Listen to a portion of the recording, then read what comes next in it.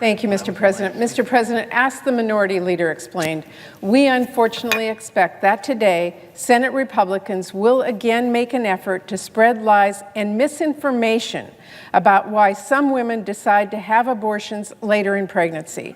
And they'll do so instead of listening to women like Judy from my home state of Washington, who learned her son's organs were not developing properly.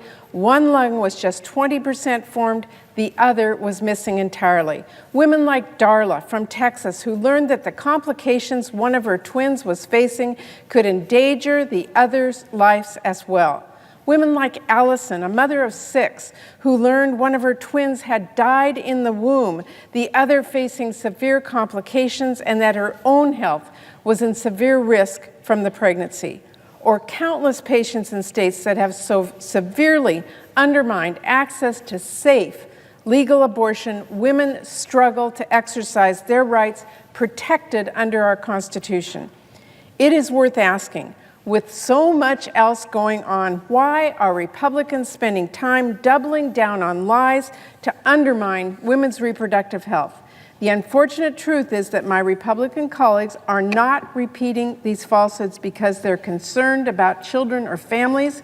Instead, they are doing whatever they think will help them reach their goal of taking away access to safe abortion in the United States of America. Mr. President, Republicans may not be listening to women or doctors or families like the ones I just mentioned who had to make extremely difficult decisions.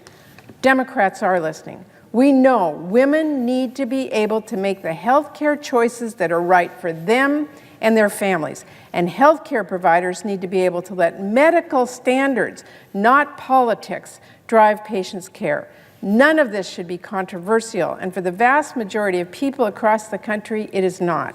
But as long as Republicans are holding partisan hearings to spread misinformation and lies, or pushing anti-doctor, anti-women, and anti-family legislation, or putting up new barriers to make it harder for women to access reproductive health care, or trying to defund trusted health care providers like Planned Parenthood through harmful gag rules, or jamming through far-right ideological judges to chip away at Roe v. Wade, Democrats are not going to stop fighting back on behalf of women, men, and families in this country. Thank you, Mr. President. I yield the floor.